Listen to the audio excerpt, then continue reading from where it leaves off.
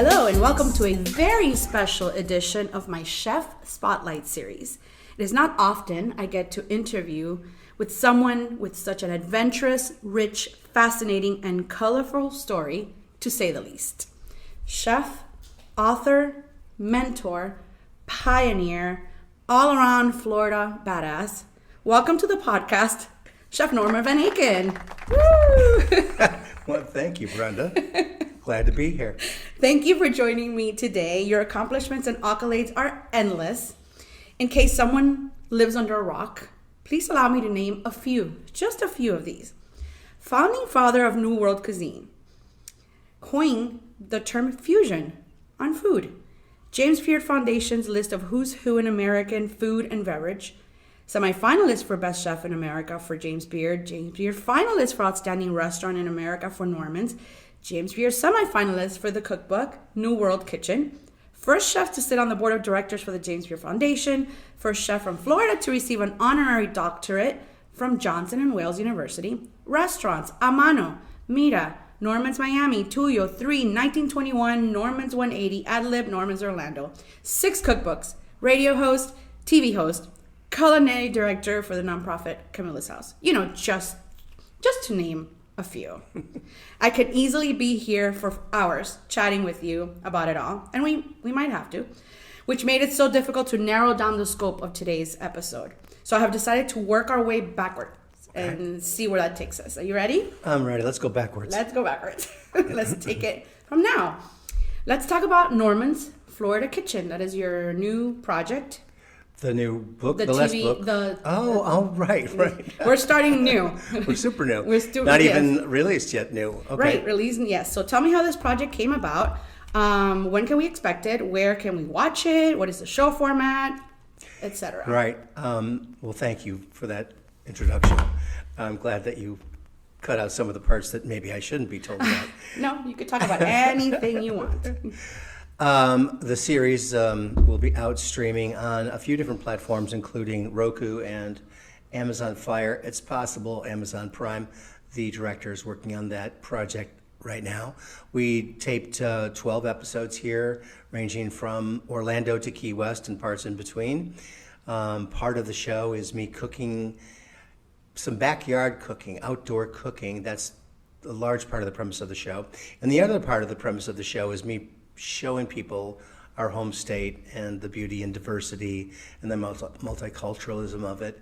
And that's me maybe going to the markets from Robert is Here down in Redland to Asian markets on 167th to also markets up in Orlando. So we sort of swept around the central and southern part of the state. How long did it take to film all of that? Well, it took a while. It took it almost a year from beginning to end because I've got to balance it out with the other projects. Right. But you didn't do anything. What are you talking about? Season 2, I think we'll probably be able to do that like in 4 months versus 12. Okay. And what are the format? Is it 30 minutes? Is it an hour? It's 30-minute episodes. Maybe 24 minutes and then break. So let's say half an hour episodes. Yeah. And how did it come about? It came about because I met a very cool chef who became a videographer.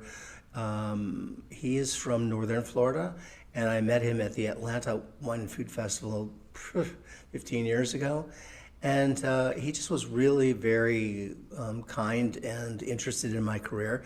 But that was as a chef-to-chef side. And then he went up and became involved as the culinary media director for Blackstone Griddles and Products. And he is the global guy for that company. They're based out of Utah. They have been doing these videos for a while, but they decided that they want to reach another audience than the audience they are very successful with. I sort of think of it as, Harley Davidson. For a long time, Harley Davidson was kind of the roughneck biker audience, And then somewhere like maybe in the 80s, the more kind of lawyers and professionals began to want to ride hogs. And so Blackstone decided that, with myself and Nate working together, we potentially reach another audience where with me, as you know, Brenda, that my cuisine is New World Cuisine. And so we moved into a different direction, a direction that maybe a little bit more chef technique, and of course more diversity when it comes to the ingredients, because mainstream Americans, by and large, unless they are from the Caribbean or the Latin American countries, they would not know some of the things that are part and parcel of what I've done forever. And so it's interesting to, exciting for me to introduce these things to people at home. It's not even out yet, but it's about to be. It's about to be. And then I'm going to be able to get a better read on how people are receiving it. It might coincide with the release of this episode too. It could. Which will be in a week or two. It could. I like that. And it might get picked up too by someone. Maybe you said like Amazon Prime. Mm-hmm. Yeah. Congratulations. We have our fingers crossed. Yeah. I saw some snippets of it. Yeah, those 2.5 minute reels, 2 minute reels. I saw the one you have on your page, and then you were showing the one turtle and the frogs. Yeah. Oh, I had to cringe with the frogs. We were up at an Asian market in Davie called Food Town. Food Town, yeah. I felt like Tony Bourdain was going to come wheeling around a corner with a grocery cart because it was that eclectic. Not my thing. It is definitely a wide world, and some of those things are shocking to those of us here. But I didn't cook any frogs. No, not even a turtle. Not even the turtle? Not anymore? No, the turtle that I did cook a long time ago was much, much bigger. Okay, let's move on from turtles. So Norman's has reopened in new location in Orlando. Is this 3.0? That's how we refer to it in-house. Yeah. We don't refer to it on the sign outside, but for purposes of understanding it for ourselves, we refer to, and we didn't originally, the original Norman's was simply Norman's, and that was in Coral Gables, 1995. That's when we opened up. We opened at the Ritz-Carlton in 2003, and did that for 16 years, but then the Ritz got sold, and with that, the new owners decided they wanted to take a shot at running their own restaurant in the same property that we had all those years. And so we decided, well, maybe we should find a freestanding location in Orlando, because we had a lot of good experiences there, and our partner found a location, and it was a former restaurant, so we didn't have to start completely over. And that's where we opened in the Delagio Plaza, just off Sand Lake Road for people familiar. And we opened in February, and now we're just cruising along, getting ready for the season.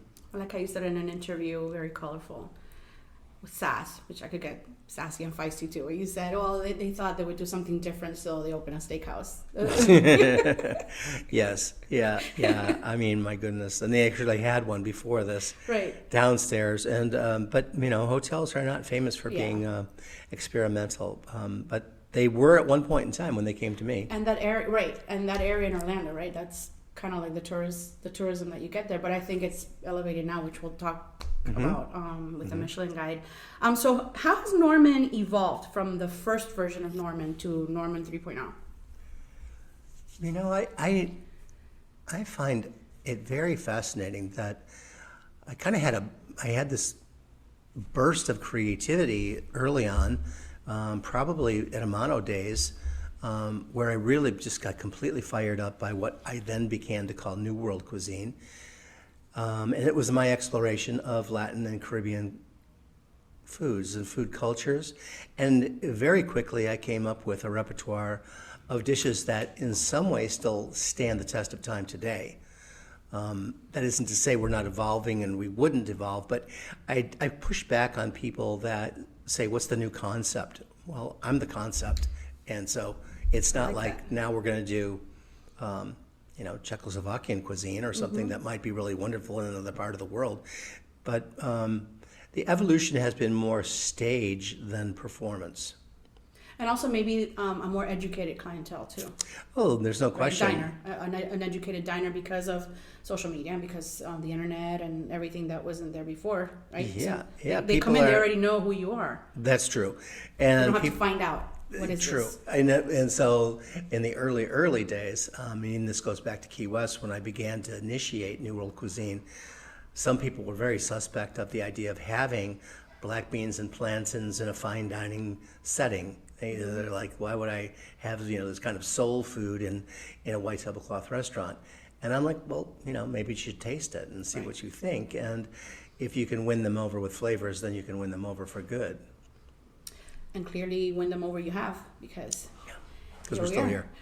Yes, 3.0. On the terms of Floribbean and New World Cuisine, I know you feel strongly about this. Tell the listeners why.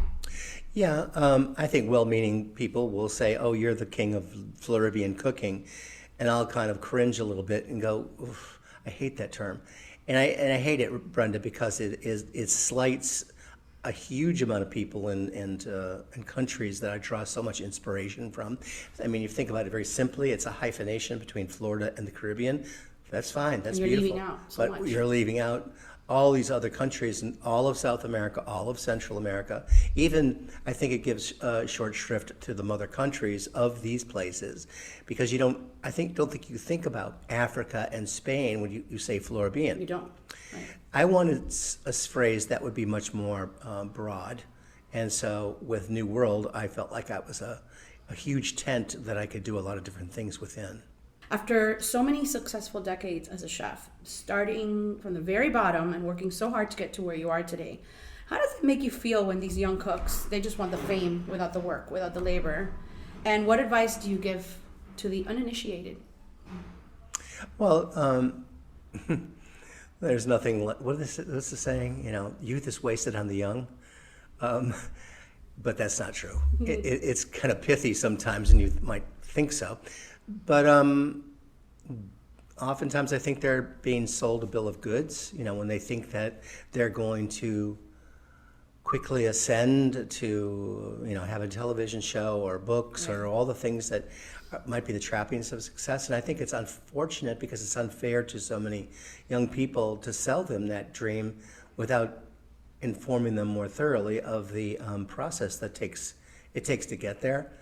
I didn't have those illusions. Nobody I knew was on television when I was a young cook. There was no Food Network. There were no James Beard Awards yet.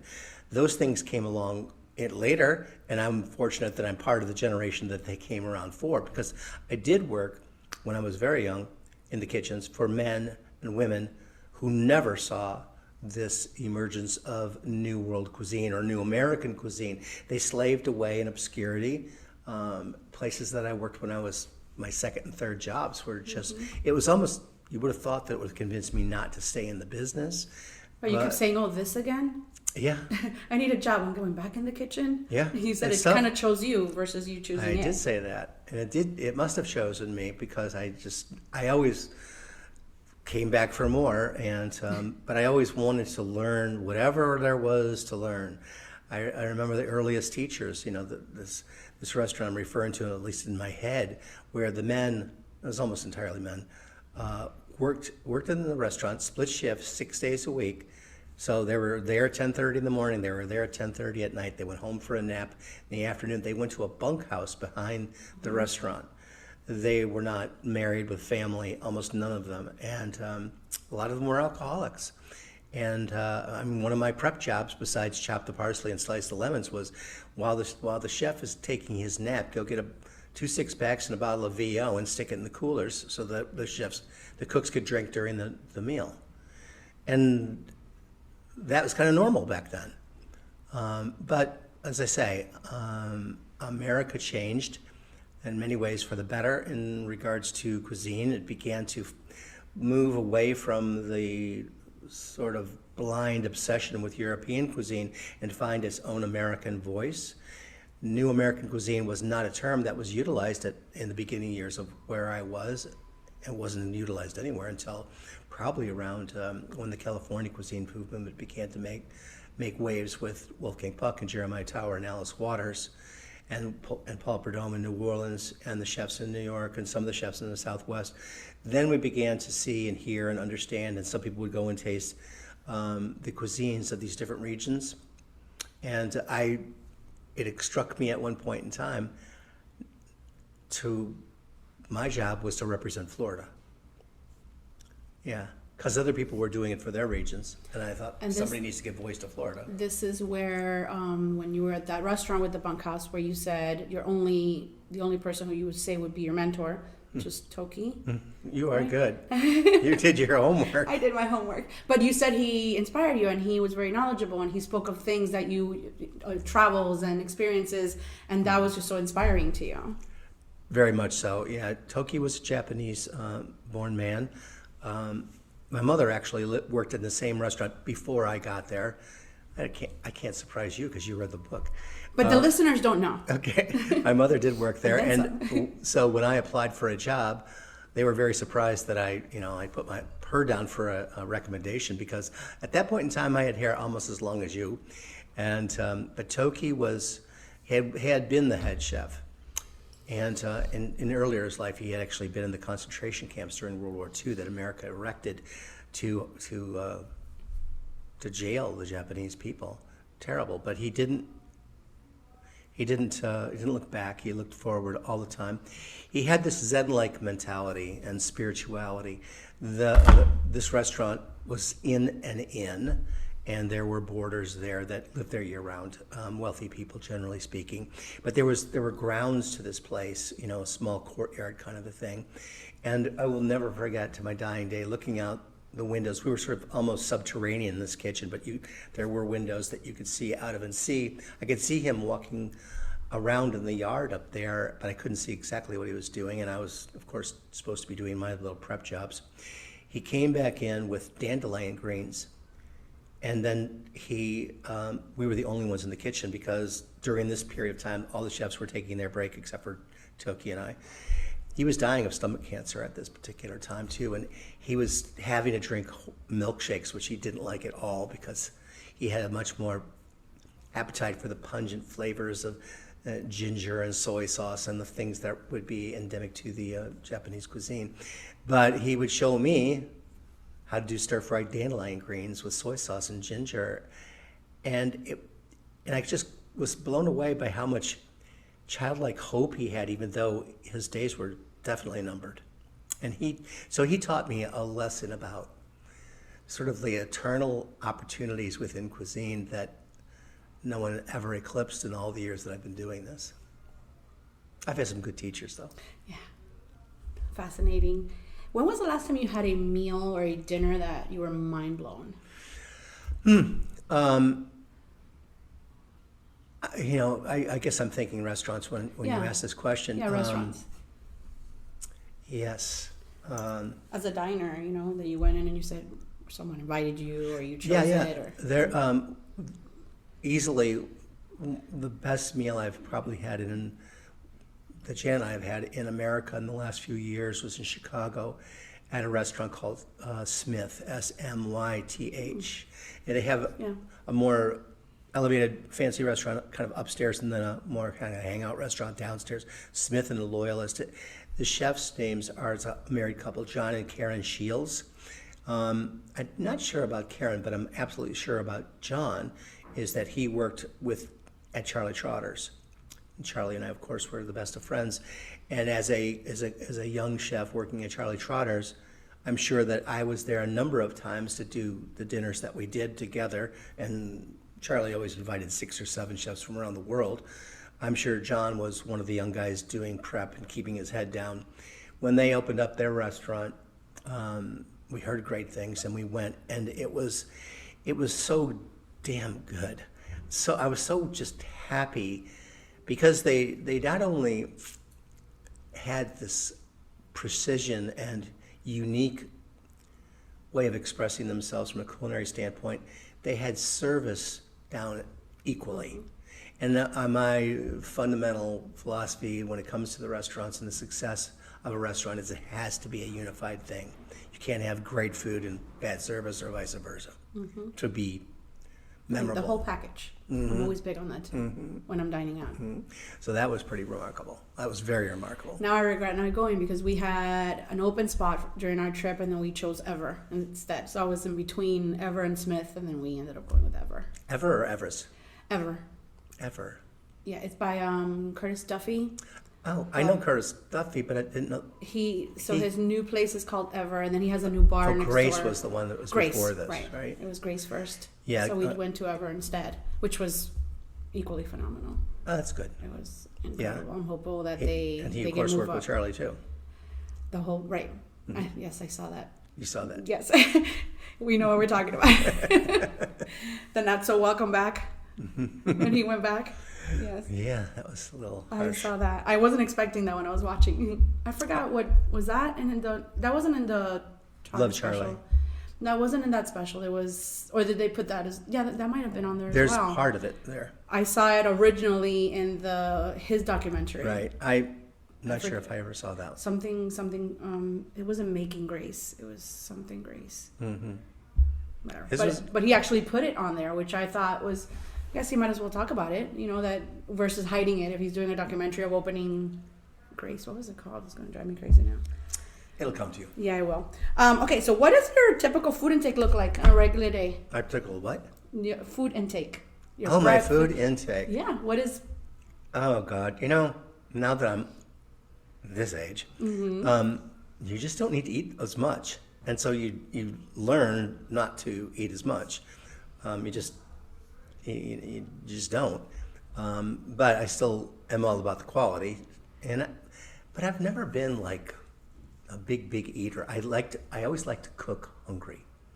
I didn't like to eat. I would have, coffee or maybe a piece of toast before I'd go into Norman's, and people would say, "Chef, aren't you gonna have family meal? Aren't you gonna eat?" And I'm like, I will. But mentally, I wanted to have that sort of your sharpened senses of hunger, so that as I tasted everything, I felt like I was more capable of getting it. Versus saturated, maybe. Mm-hmm. Right? Yeah. Plus, I just didn't want to feel sleepy or anything like that. Okay. But we eat healthy. I usually am making her some kind of smoothie, and I'm usually having something like that or muesli or something. But then I'll go on my kicks, and I'll go into a whole tinned fish thing for a while. That was during the pandemic. And then I'll give it some other kind of a thing that I have to do for a while, but nothing seems to be the same for years in a row or anything. I just move along. And then our main meal is typically either between 1 and 3 in the afternoon. And then we'll get out of the house, do some different things. This is of course when I'm not at the restaurant. And then at night, just get some like cheese, charcuterie, little things like that. I love doing that. Yeah. Are you a wine drinker? Of course. Yes. Yes. But I didn't. What about fast food? Never. Never fast food. I've never been interested. I mean, I can't. I think the last time I had a fast food anything was in high school. Wow. Okay. Yeah. I remember once when we were traveling with Justin, our son was maybe 5 or 6, and we were on the highways trying to get from, I think, Chicago to Key West. And he was desperate, and we pulled into something like a Wendy's, and I had a fish sandwich at that point in time. But no, I'm never interested. I don't mind. I mean, I love going to more of the little mom and pop restaurants. That was my next question. So many. Any place that you love here in Miami? When I did my radio show, A Word on Food, which was between 2 different stations over time. My canvas for creating these shows was by going to predominantly the ethnic restaurants of South Florida or the markets, because it was driven around a particular ingredient. A word on food. Hi, I'm Norman Van Aken. Today's word on food is boniato, and then that would launch into something about that. And I found that the shows that were successful included personal experiences in places, so that the audience that was listening could really get it. I couldn't just talk about the nutritional value of boniato or some recipes that you would make with boniato, because that didn't have enough storytelling to it. So yeah, I think, and then also writing one of the books, Norman Van Aken's New World Kitchen, which was before these, that really helped me break through and learn much more about what is in the community. I began to interview the staff, who were almost always from here, somewhere, and their parents and their grandparents from the countries that they immigrated from. And so they would tell me, oh, you got to go to this Colombian restaurant, you got to go to this Nicaraguan restaurant, you got to go to this place that for Peruvian foods to go home and cook with. And we began to create just sheets upon sheets of the places and the addresses and what we would look for there. So I suddenly was illuminated by the diversity of Miami in ways that I hadn't before that project. I hadn't been before that project. When you mentioned your son a little while ago, I remembered something you wrote about your granddaughter. That you went somewhere and there was a menu, the kids' menu, and she's like, "Why are kids' menus so boring?" or something like that, right? Yeah. Well, that's her to a And T. it's true. Yeah, and it's true. We usually feed my son when we go out. They just eat off the regular menu. You know? What's so weird about that? What's so weird about that? Sometimes. I mean, listen, French fries and chicken nuggets are still a thing, but introduce them to other things too, right? Absolutely. I mean, when we were growing up, years before you, the concept was not there. You went out with mom and dad. You ate Or whatever. you stayed hungry. Mom would try to help you out. I mean, she was going to have you do the turtle. Not the turtle. Definitely not frogs. How do you split your time? Are you in Miami? Are you in Orlando? Are you... You know, it depends on the Half-half? project. How we split our time depends on the project. When we did Mount Dora, we reached a continual situation where we were going up there every month. When we were doing the Normans at the Ritz-Carlton, we were going up there every month. It didn't suck to have to sleep at the Ritz-Carlton when you go, though. Now that we are open in Orlando again, we're going more often, probably every 3 weeks. Excited about Brightline because that's going to be a nice way to get around, I think. The 22nd, I think. That's what I've read too. Yeah.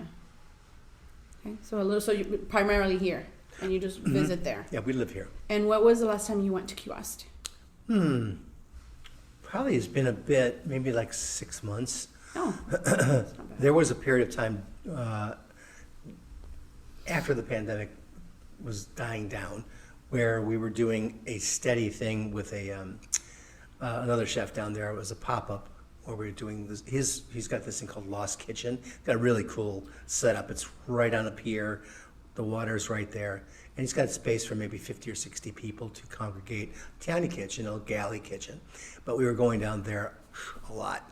Sounds familiar. I think I heard of that.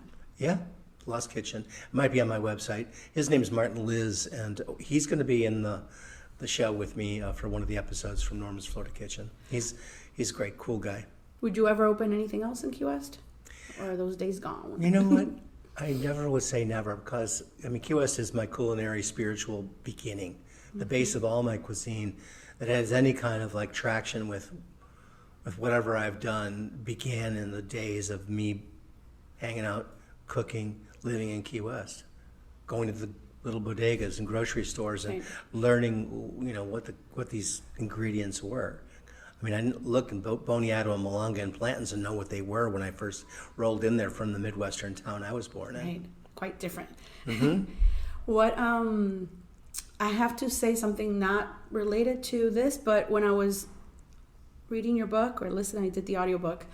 I cannot believe that you mentioned the Marriott boat lift and you actually mentioned the storm that came with it, and that was me. I came in the Marriott boat lift. And I always tell everyone thinks I'm kind of exaggerating or, you know, being dramatic because I always say, you know, I came in a boat when I was little and there was a storm. And everyone's like, I never heard of a storm during the Marriott boat lift. I'm like, there was, and you said it. And I was like, he knows there was really a storm. We lived blocks away from the Garrison Bight where the predominant amount of boats were coming in every day. I mean, you probably rode up on a bus too, like so many people that were, you know, the Coast Guard or whatever it was, just basically was right there going, you know, okay, you're here, welcome to America, get in the bus and go up to Miami now. We were blessed that we had family picking us up. So we got taken, all I remember is someone in the gear, what's it called, the camel, the men in the army, the camel, and he picked me up, and I was little-ish, I was 9, about to be 9, and they gave me an apple. They took us to a tent. They gave me an apple and a Coke. Do you remember how long your family was at sea? We were about 14 hours, and I had never had a carbonated drink. And nobody told me to be careful when I It's all over. So I was like, what is this? And then an apple. I'd never seen an apple. Really? There's no apples in Cuba. True. There's barely anything. And it was a red, shiny, beautiful apple with the red Coke. I had that so red. And I couldn't really eat any of it because I didn't even know how to eat an apple. It was just kind of bizarre. Like, here's a Coke, such an American thing, right? Here's a Coke and here's an apple. That's totally American on both fronts. And then the first thing our family, when they came and picked us up, is they took us to McDonald's. My cousin and I came. So, of course, they gave us the bun with the seeds. Yeah, sesame. And I was like picking out the seeds because I didn't understand what those things were on my bread. It was just like, I was culture shock, you know. Obviously, I was a little girl, but I just thank you for mentioning that. Because, and your family stayed here in Florida? Yeah, so I had family here. We were one of the official ones that were claimed by family. Mm-hmm. So when we got there, I guess we went to the tent where they gave me all the stuff, where we were about to take a nap, and then they called us on the speaker that the family was there to pick us up from Miami. So they drove down to pick us up, and we left. So we didn't have to do anything like that. You know, it's exciting when you live through these epochs of history and that are so, they're just like, wow. Our family from the north, because she and I are from the same town, they were kind of freaking out because they'd be seeing the newscasts and thinking like, there's 100,000 people in Key West right now. And it's like, not exactly, you know. But, may you live in interesting times. Yeah, I mean, you certainly did. Yeah, everything you mentioned, I mean, you went through some of the very iconic times when you're talking about South Beach and all that. And I remember that as well, living in Miami, how different it was back then than it is now. And then that Key West, just like that part touched my heart. So thank you.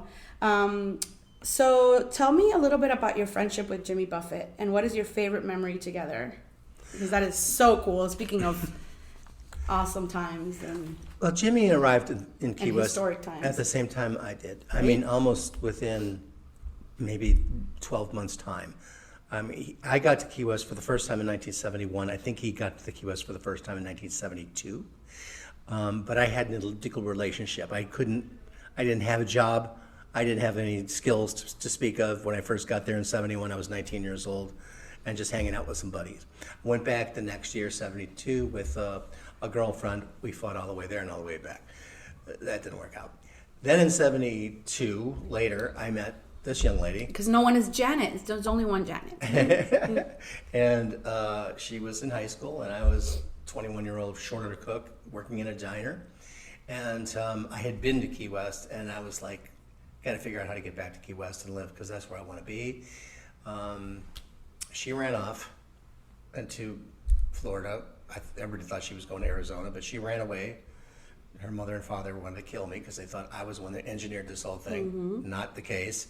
I was trying to talk her into sticking out and just graduating from high school, but she had her mind of her own and decided to split. Well, she became, this is before cell phones, beepers, all of that. So we just basically lost contact for months at a time. Then I get a postcard from some motor lodge in Fort Lauderdale, and that's where she's at. And my friends and I, to get from Chicago to eventually Key West, we were able to get what's called a drive-away car, where an auto dealership needs a car transported from a dealership in X location to Y location. Well, we found one that needed to have a Lincoln Continental Mark IV moved from Chicago to Miami. So me and two other guys with hair down to our shoulders and one young lady from our same high school, we all piled into this thing and drove pretty much nonstop from Chicago to Fort Lauderdale, not to Miami, because I said, stop, I'm gonna go see if I can find her. And I did in this motor lodge. And then I said, I'm going to go to Key West and I'll send for you. And about 3 weeks later, after I got this job at this all-night barbecue place called the Midget Bar and Grill, I sent her the ticket from a Greyhound bus. The guy who was the musical entertainment at the Midget Bar and Grill was Jimmy Buffett. But he wasn't Jimmy Buffett, superstar, famous Jimmy Buffett. You said he would sing for drinks.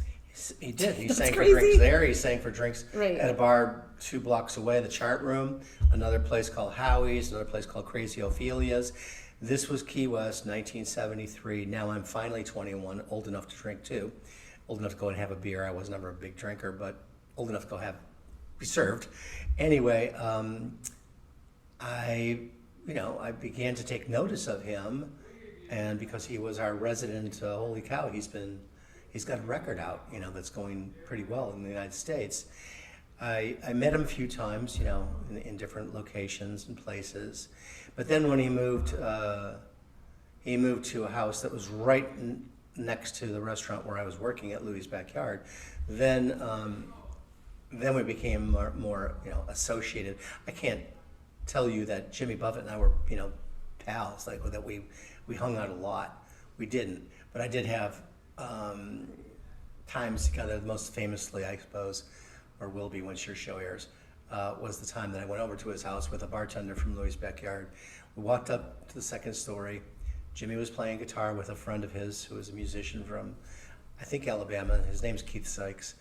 They were creating a song, and the song was titled "Shit Happens," and they were struggling with what words they would use. Anyway, I decided, well, this is fun, so I went over and sat in this huge window. You know, these houses were built by Bahamian shipwrights. These houses in Key West, many of them. So these windows were like pretty large. And I was just sitting in the frame of that window, and I guess it was after I had the second rum drink that I fell out of that window. Fine. A thump. But what they didn't, you know, they heard me go, whoa! And I didn't know, and they didn't know, that there was magically some huge pile of sand that Jimmy had moved to help improve his beach area right there. So it only fell like 4 feet. Oh. So they came running around downstairs, and Chris Robinson, the bartender, just fished the keys out of my pocket and said, "You won't be needing those today," for my scooter. And I was going to say, because you walked everywhere. Yeah, we did. Or rode everywhere on a scooter, right? Yeah. Well, scooters were pretty common, bikes and scooters. Bikes. Yeah, but Jimmy sang at Louis too, and then he opened up Margaritaville, the first one, and that was 1985, which was the year that we opened up Louis. Where I actually got to Louis. Now they were already open. So the guy who hired me at Louis, cool guy named Pearl Perry, he said, "Let's go check this thing out, this Margaritaville out that Jimmy has." And so we sauntered over there. We might have walked because it was only a few blocks from Louis' Backyard. Went into Margaritaville. I'd actually worked in that same building a few years earlier when it was up. Is it still where it is now? Yeah. Same place. And so we walked in, and it was kind of a quiet day, as I remember. I can remember the light. It just seemed so pretty in there. And we're sitting at the table and having a cheeseburger. And here comes Jimmy Buffett, wanders over to the table. "Hey, chef, what are you having there? Cheeseburger? That's great." I don't know that he'd written the song yet. Oh, wow. I don't know that he'd written that song, because 85, I'm unsure. I have to look it up. But anyway, he goes, "Let me ask you a question." You know, he's real folksy. And I said, "Sure, what?" And he goes, "What do you like for an onion? What do you like on your burgers? You like red onions or white onions?" I said, "Jimmy, you know, I think the red onion looks pretty sweet." So he goes, "That's a good idea." And he just kind of, I don't think he had shoes on. He just kind of patted away. And that was, and I'm like, years later, I'm like, wow, kind of gave Jimmy advice on his cheeseburger in paradise. Yeah, you're like, I did that. Crazy, right? How he just blew up. And okay, so the eyes of the world are on Miami right now. And with the Michelin Guide's arrival and magazines like Bon Appetit naming us Food City of the Year, do you think it's way overdue, or is it just the right time now? Wow. These things go in cycles, and no one can predict. I mean, I remember very well in being on Ocean Drive in 1991 and 1992 of quickly being written about along with some other restaurants in town or other chefs in town, not necessarily always by myself, by Time Magazine, the New York Times, the London Times. Bon Appetit did a 3-page color spread.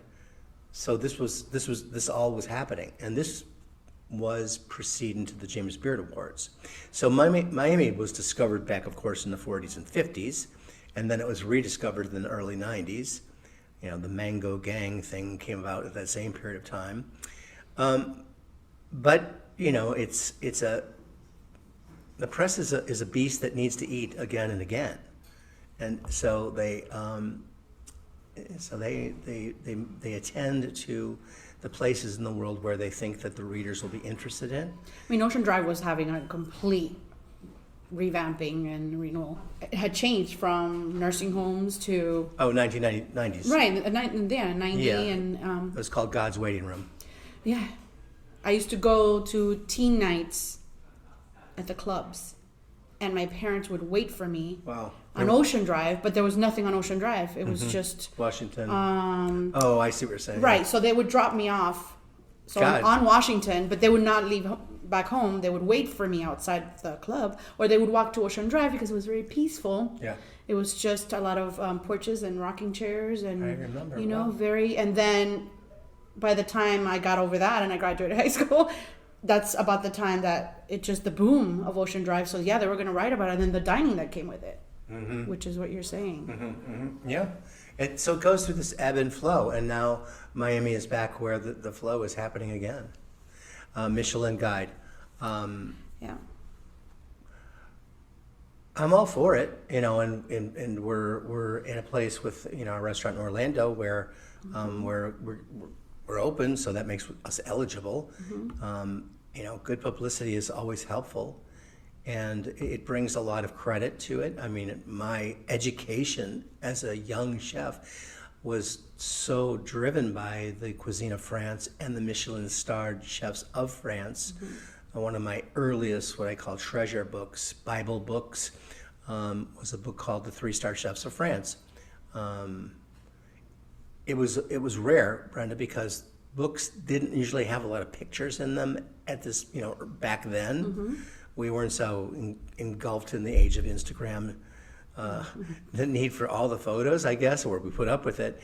But this book was chock-a-block with photos from probably 15, if not more. I remember, like 20 restaurants that had attained 3 stars in France during the 60s, 70s, 80s. Some of these restaurants had been around for a while. Michelin-starred restaurants. So I have a lot of gratitude for the people who came before me, especially there, that worked so hard for their stars.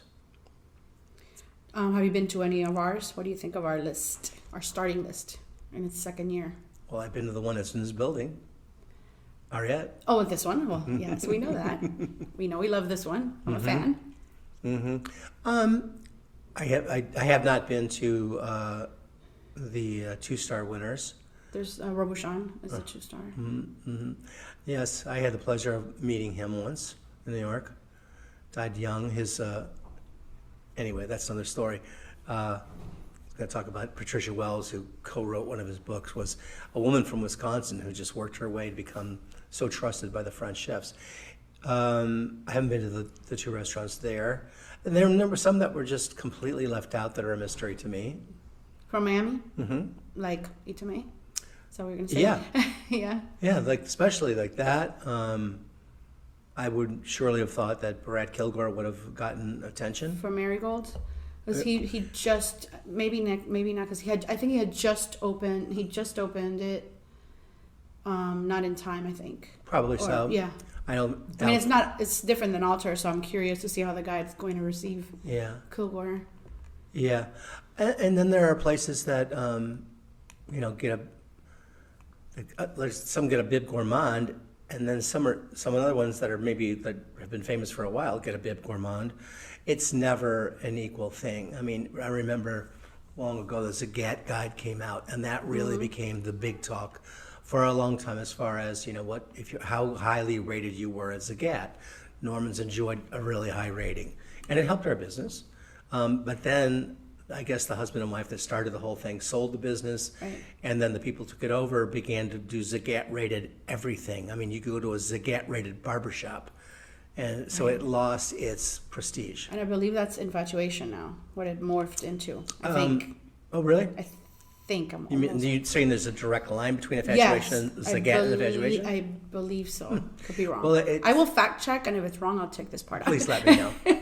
As far as online information, I've been interested to see what Infatuation has written about restaurants. They seem to get to some of the smaller restaurants. So I was just talking about this in my last episode with someone else, and the thing with them now is they are very honest, which I appreciate.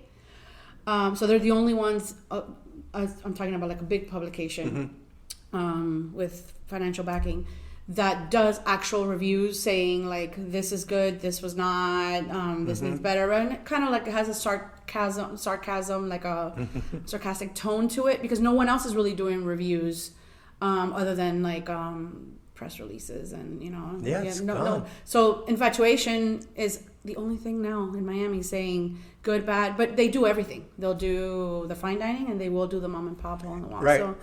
And I think we need that. Whether you agree with critics or not, they can help educate. I was very much educated by the food writers, especially back in the olden days of the Miami Herald, Lucy Cooper, who was fantastic. Viviana Carballo, she was also fantastic. And not just because they gave me 4 stars, but because they were really clued into the community. Before those days when I was living in Key West and discovering the world in the only way that I really could, because I didn't have the money to travel and I was so busy being the chef of Louis. So I would read especially gourmet magazines back at that time. They had amazing writers, Carolyn Bates, Jay Jacobs. They were great. I mean, I would get a ruler and a pen and underline passages of the foods that they would talk about or elements of service that they would be talking about and make notes in the margins. They were critics writing about other restaurants from other places, but I needed to have that education. And so fortunate that there's at least something, an organ of some sort that is doing that in Miami now, because I tell the young cooks all the time, they're like, hey, chef, how do I attain, a measure of success? I usually say read a lot, and then keep reading and read more. Travel, taste. Taste.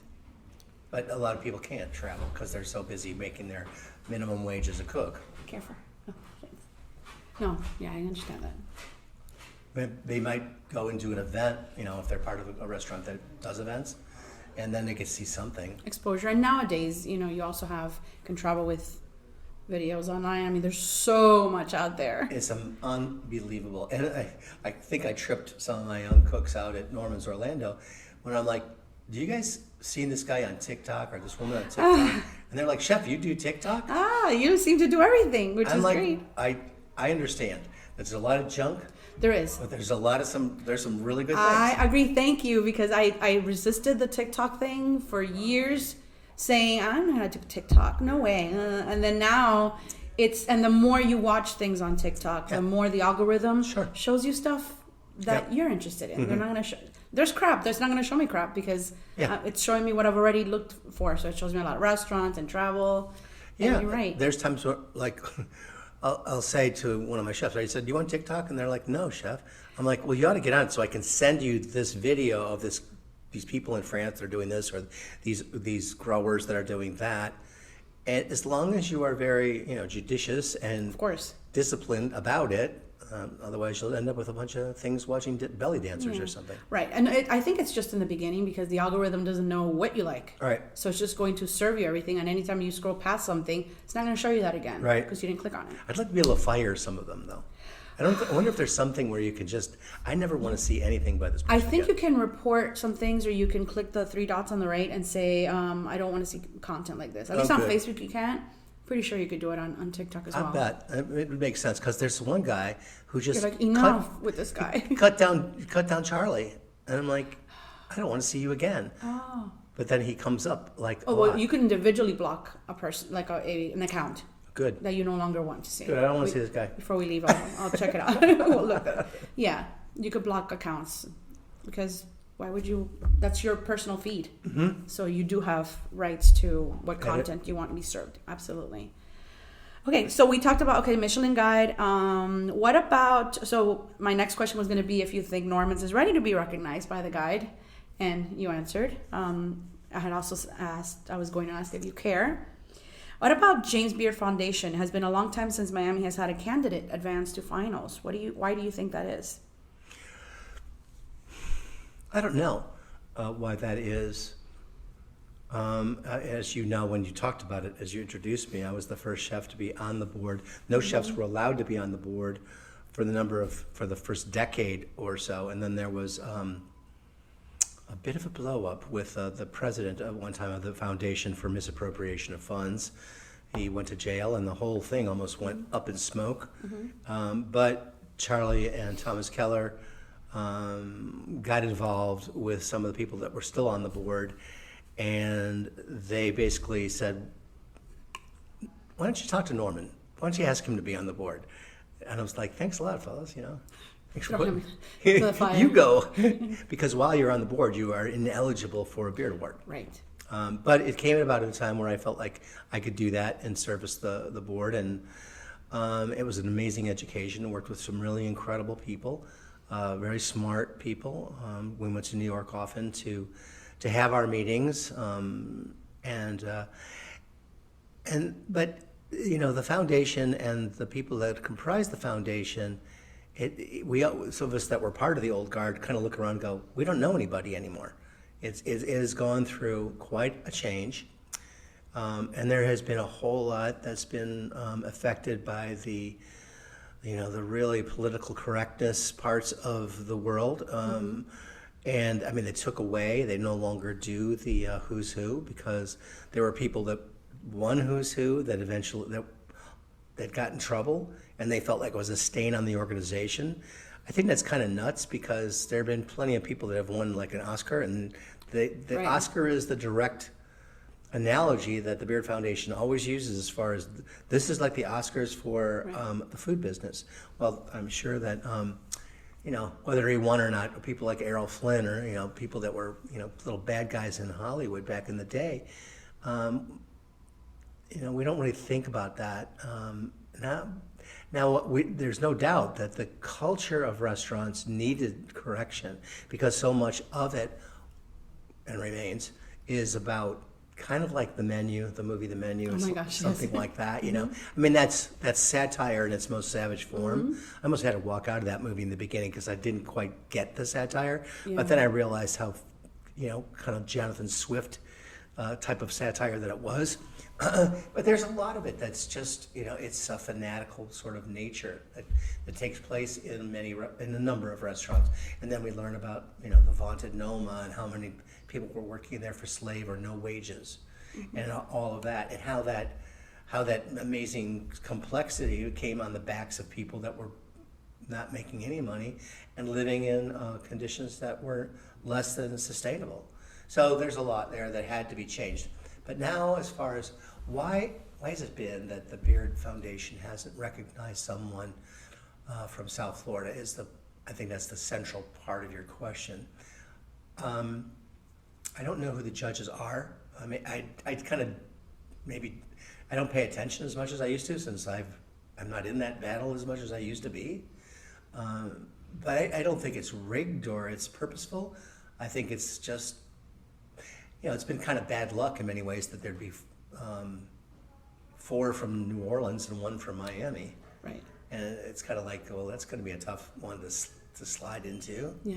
It seems to be it's every year and again and again. It's disappointing. Yeah. I grew up in Chicago, and we love the Cubs every year, even though they lost for a century. Right. We never lost our loyalty to the Cubs. I feel, as a diner, but as a passionate diner, we just feel so badly we want them to be recognized at the highest, Yes. And you want to consider and respect the James Beard Awards, but then, like you said, so someone else gets it, or from New Orleans, and you're thinking, but compare this to Miami, like we have better. In so many ways, crazy. it's gotten so confusing, because now there are so many regions, and Right. you had to vote. You have had to been to that restaurant, and so even though I'm allowed to vote because I'm a past winner, Right. I have to take myself off the voting thing, because I haven't been to I almost am isolated to the South, or maybe New York, because I'll go there, but I don't spend much time in the Southwest or the Northwest. I feel that it's kind of like a little bit to sort out. The Michelin Guide, okay, you got 3 stars, of which nobody won. 2 stars, which almost nobody won. 1 star, which a handful won.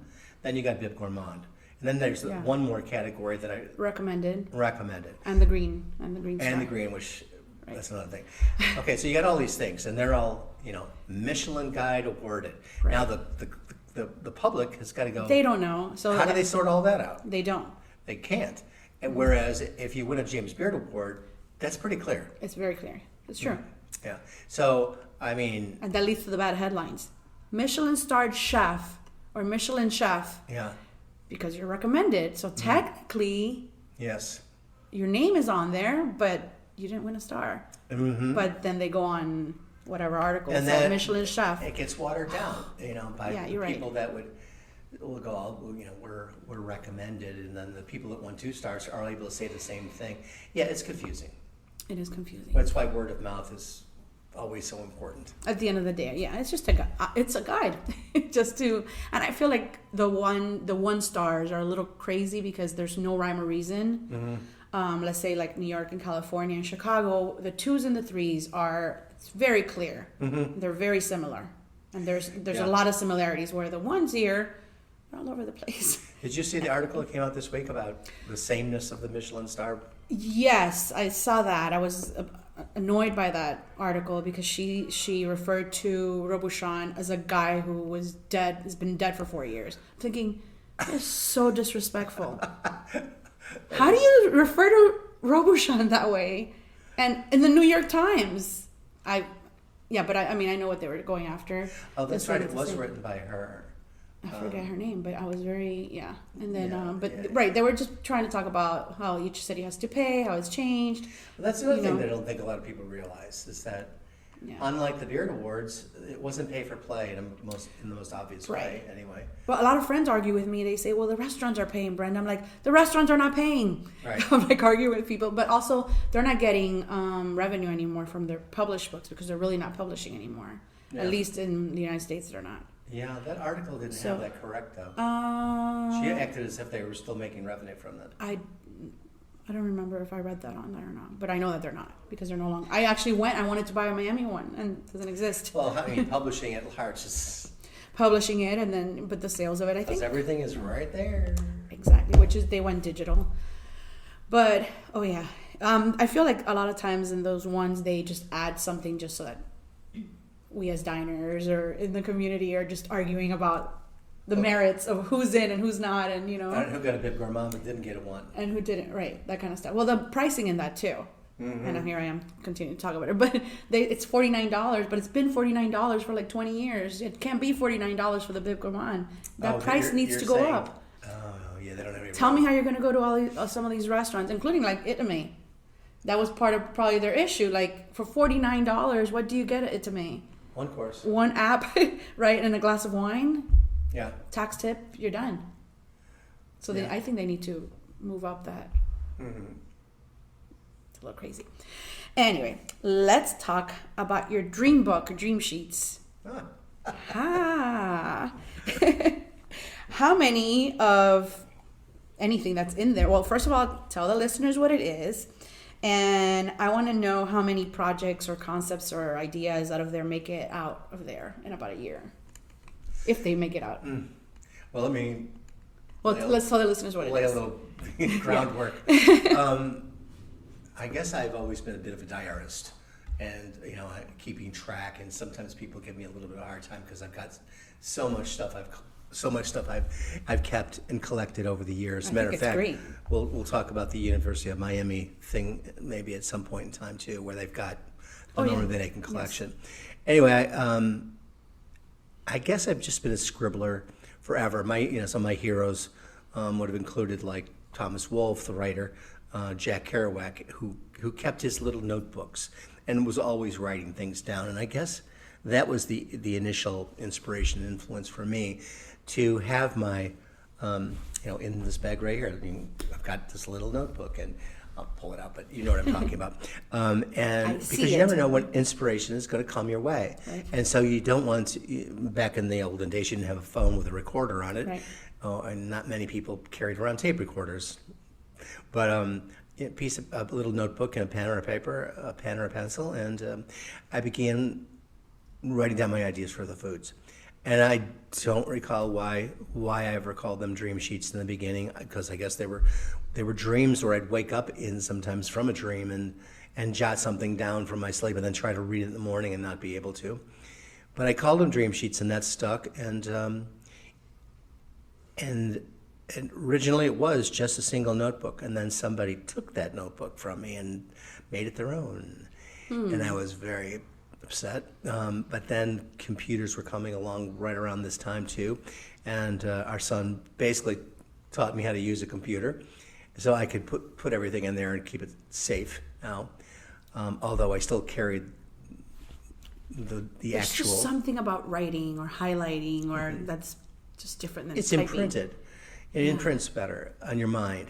Maybe. And so, so then got to a point where, oh my gosh, when I was asked to write my first cookbook,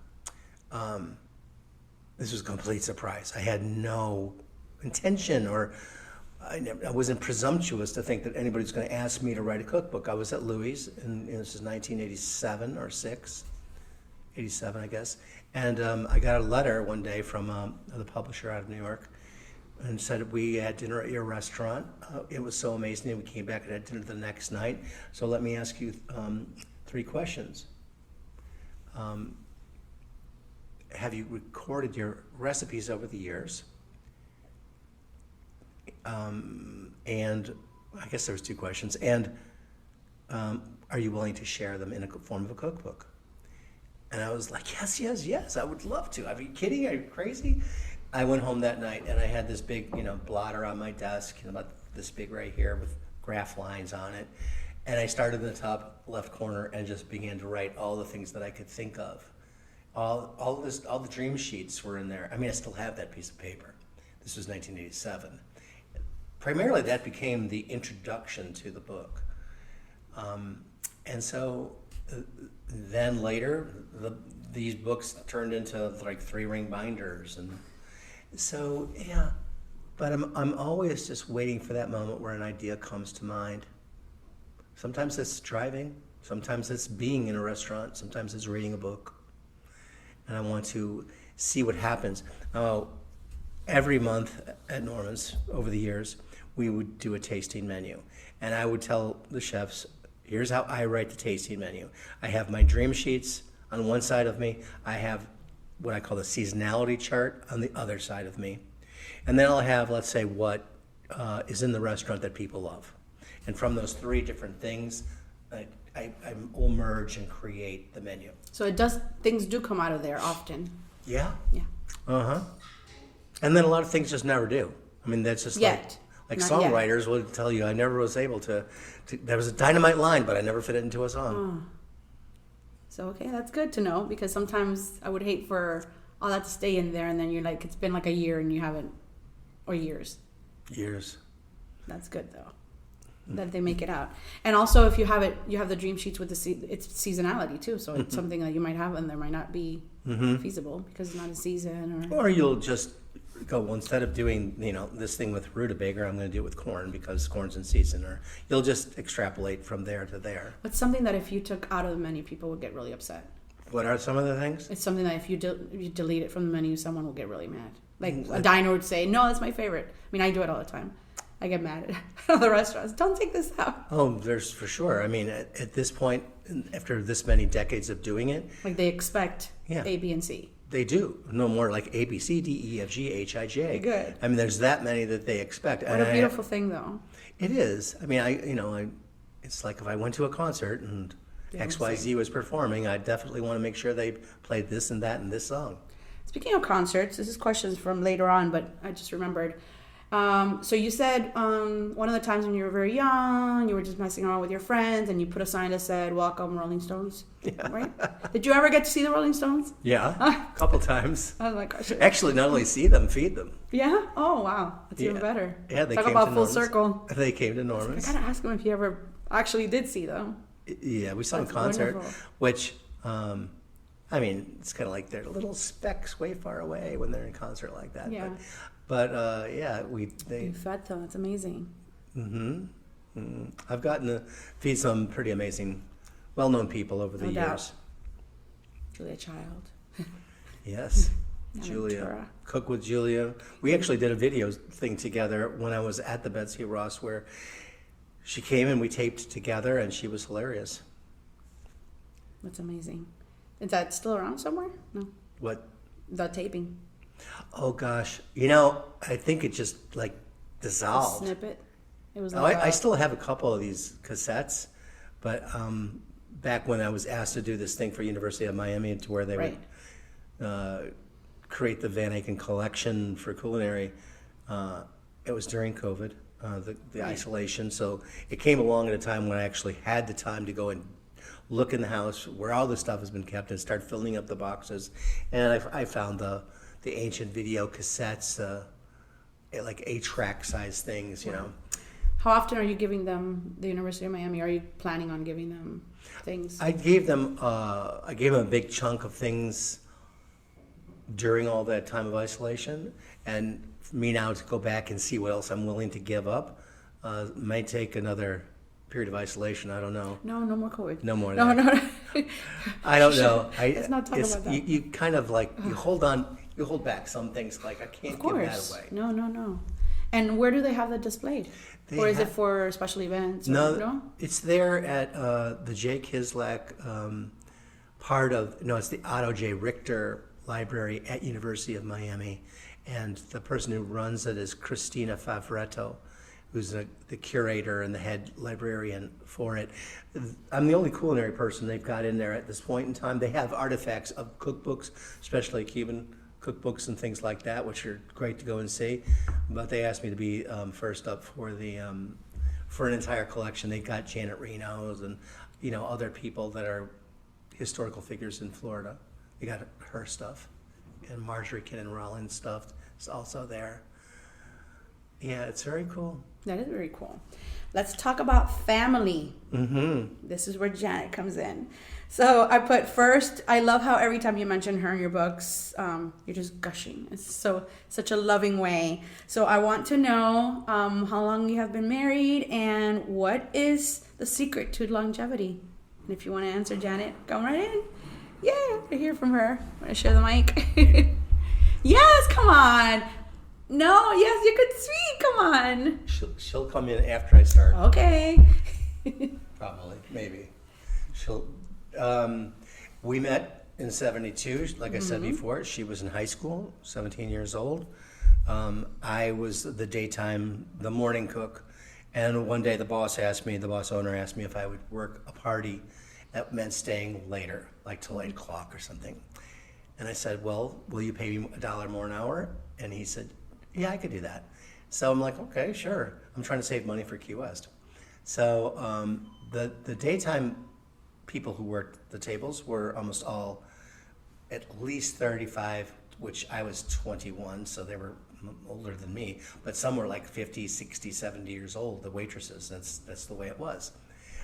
And, they worked hard, and they were real characters. I mean, I still remember their names. But then the nighttime waitresses started to roll in around 4 o'clock, and I'm like, wait a second, these are young people. This is high school girls. And one of them was Janet, and I still remember her slamming through the kitchen, from the dining room into the kitchen, to drop off some used coffee cups or something like that in her waitress uniform with a cloud of makeup and a ferocious amount of eyeliner on. And I'm like, who is that? And it worked. I was working with a buddy that I grew up with, and he was like equally like, whew. And so, yeah, days later, we were hanging out all the time. And then just shortly thereafter, we started living together in Key West when she came down on the Greyhound bus in 1973. And we've been together ever since. We married in 76, so we're just 3 years away from being married for 50 years, but we're 47 together. And what is the secret? Tell me the secret. I've been married 23 years. We're more than that together. You've been married 23 years? Yes, and together 30. Right. That's fantastic. But still, what's your secret? Well, I think the key thing is, if you're in the restaurant business, is if your mate is also in the same business, because otherwise your schedules are going to be very different. And your ideas of being able to be together on weekends and holidays is going to be, and it's not normal. It's not the way most society lives.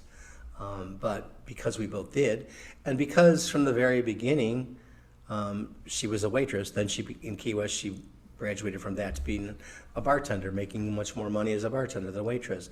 And then when I started to I got the offer to write the books, pretty soon I reeled her in. She became the person who helped set up the ingredients and all the kits, as we call them, so that I could test and then retest and then retest.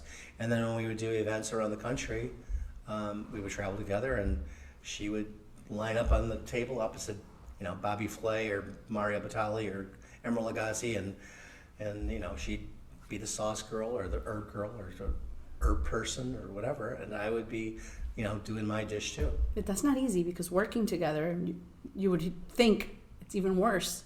It makes it worse. Yeah, maybe. I think for a lot of people it probably is. I mean, I've seen evidence of that. Right. But, Janet is just super even-keeled, and she just likes to be involved.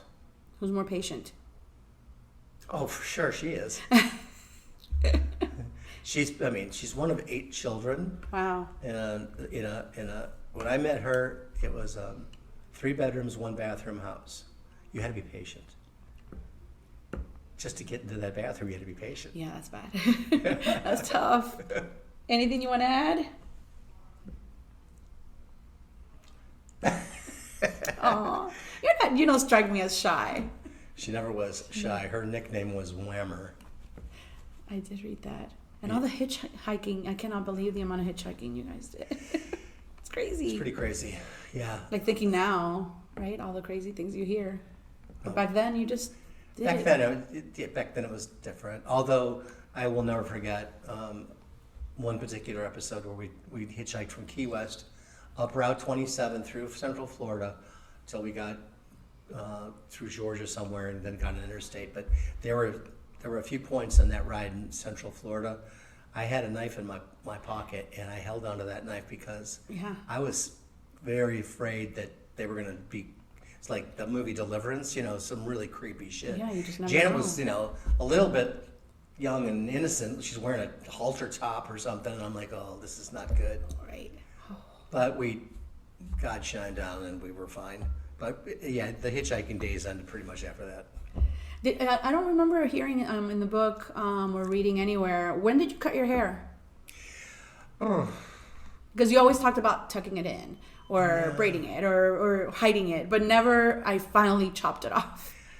I'd have to probably look at the book and go, when did I finally say enough is enough with the hiding and the braiding? Yeah.